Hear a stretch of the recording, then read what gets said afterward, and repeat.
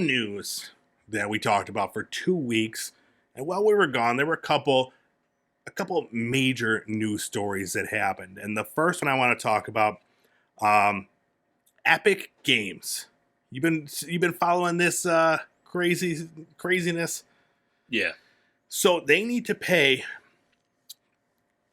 $520 million in fines and settlements with the FTC for being bad boys, basically. Crazy number. So it was a record. First of all, 275 million they have to pay to the U.S. government. This is a record fine, and this is for violating the child privacy COPPA thing. So that is the Children's Online Privacy Protection Act. So basically, what they were doing, they just weren't doing enough. They weren't protecting underage kids from being harassed verbally, sexually assaulted verbally, over the, because you couldn't stop the audio. Like, it was like behind things, couldn't figure it out. There were no parental controls initially added. They did add them later. So it was like all this stuff that was happening with, like, these 12-year-old kids just getting like harassed or hearing like things that they shouldn't be hearing as kids. And the fact that really sunk them is that this game, Fortnite, it's made for kids. They're really targeting children as their audience. It's very popular with children and older, bearded, handsome redheads. And so that's half of it, 275 million for that reason. And then an additional 245 million they have to issue in refunds for deceptive practices with their Fortnite store. Like, so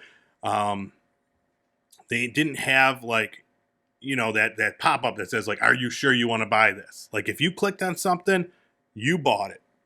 And then people that they couldn't get refunds.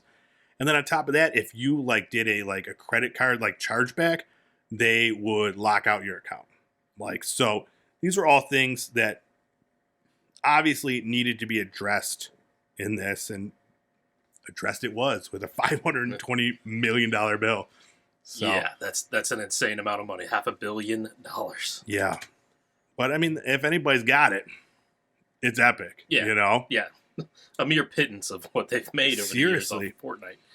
Man, when I started reading into this on the FTC's government website, I found myself like, issue 1 being the kids thing, completely understandable. They probably should have done more.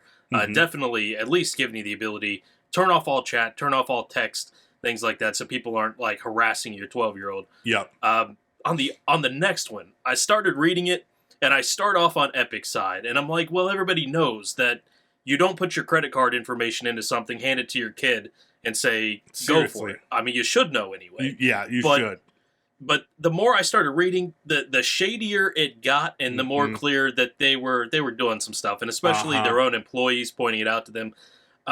They were talking about, you go to one screen about an item, and when people are playing this on phone and small screens and things like that, touch controls, they would have the try on button right next to the purchase button, and so they're trying to make it easier and easier for you to accidentally purchase it out of your already paid for V-Bucks. Yeah. And then, of course, they're not going to give you a return on that.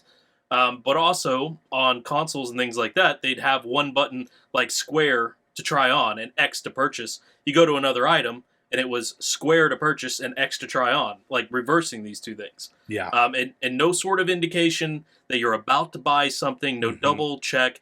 And their excuse for that internally was to say, well, we don't want to get rid of that because then people aren't going to make as snap decisions. Because, that's what a reputable seller is going to do. Exactly. Yeah. Especially someone making billions of dollars, doing this stuff.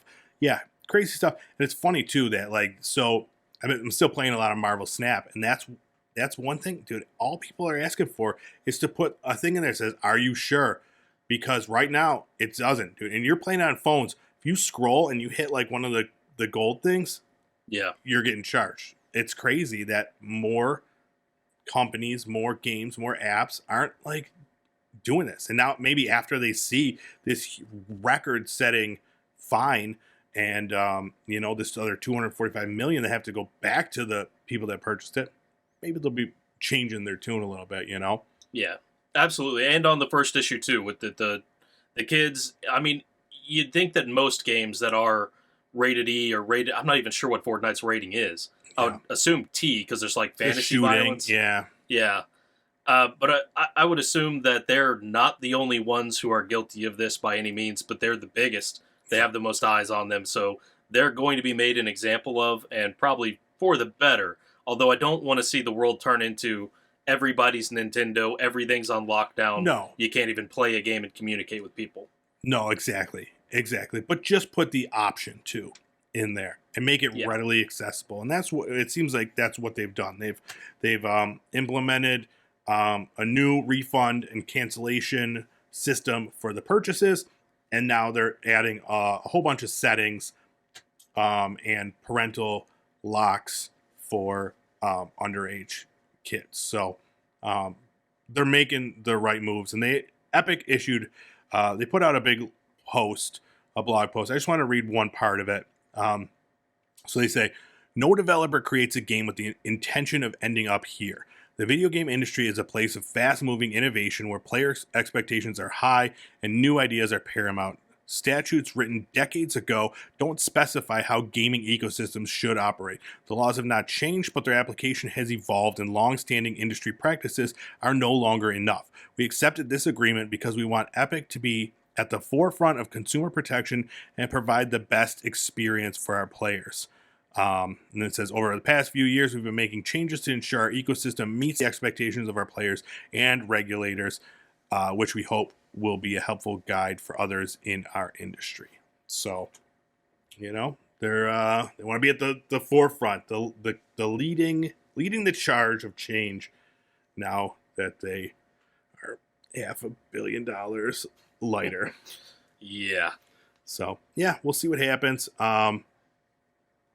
Don't mess with my Fortnite. It's like the best game ever. It's all I do now. So just keep letting me buy those cool dances.